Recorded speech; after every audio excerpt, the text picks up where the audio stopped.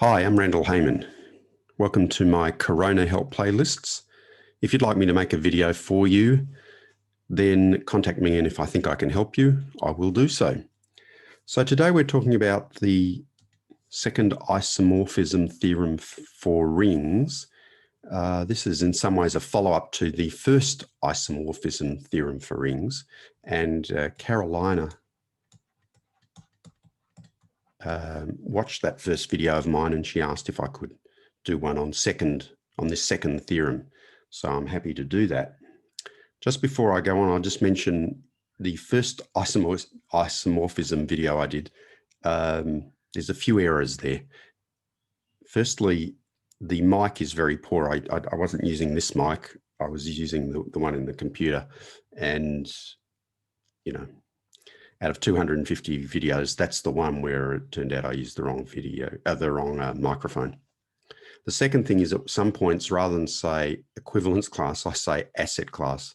Sorry about that. I spent quite a bit of time in the finance industry, and asset class is an investment term.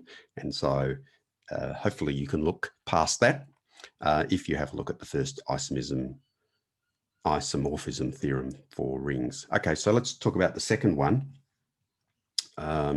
Let me just get a little bit room here. I'm going to just do this by way of a diagram, and I think that's a nice way to do it. I think that hopefully it'll make it clear. Okay, so let's start up here. Let's put up here R, which is a ring. If you don't know what a ring is, then have a look at my video. I've got videos on rings and all the other terms that we're going to talk about now. Okay, let's consider now S, and S will be a subring of R. Actually, while I'm doing this, look, let me write a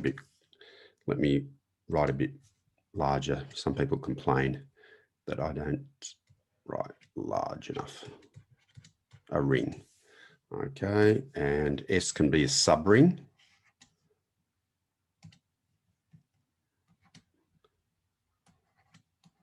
A subring of R.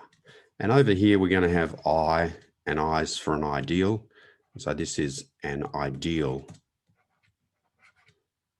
of the ring R. Okay, now there's sort of three parts to this theorem, just like with the first isomorphism theorem. You're probably going to be most interested in the third bit, but let's just go through it.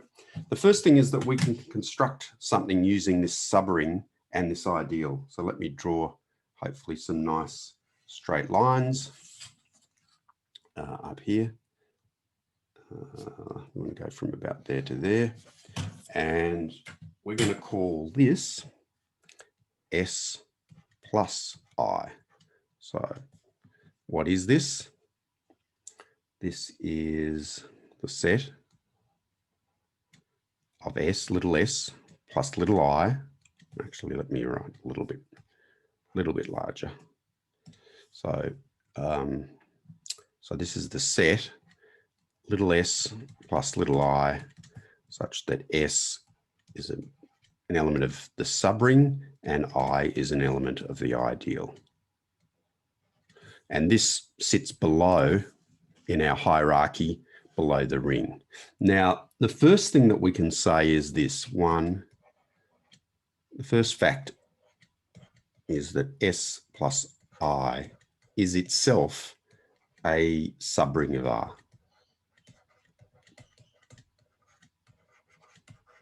Okay, good. Now down the bottom here, we can construct something that's smaller than the subring and the ideal. So let's draw some lines here and try and do this sort of what we did up top, we could do down the bottom. Okay, so let's just lift the screen up a little bit. Okay, so what are we going to create here? Here we're going to create S intersection I, the intersection of the subring and the ideal.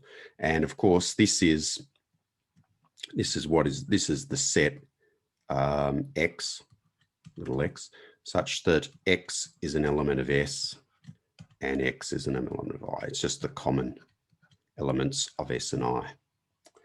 Okay, so fact 2, S intersection I is an ideal of R. Sorry, an ideal of S.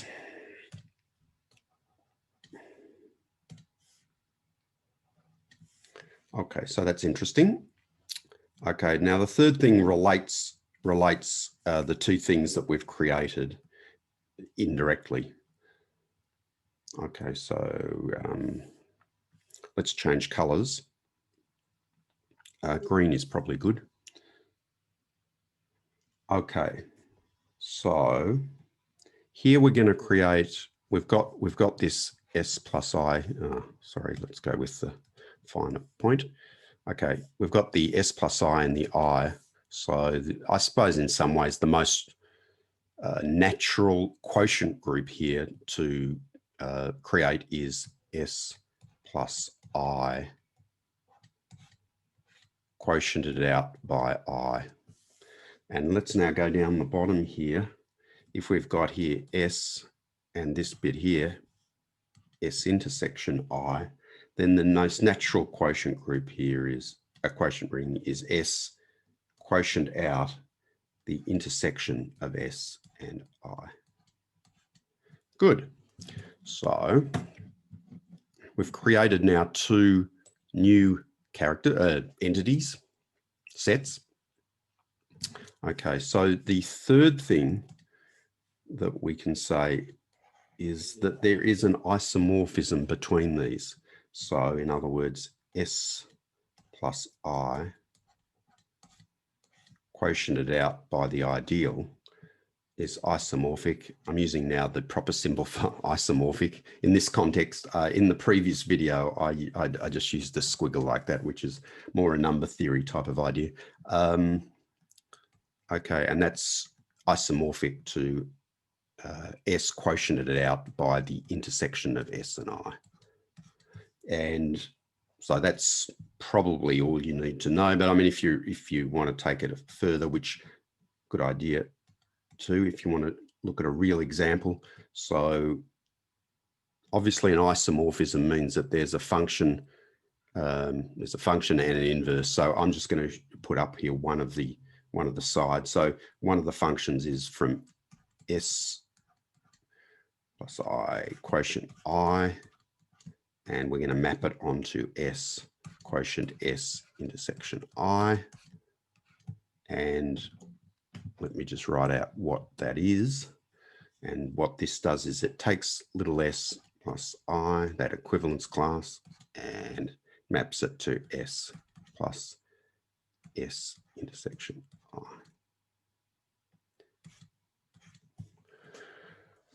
Okay.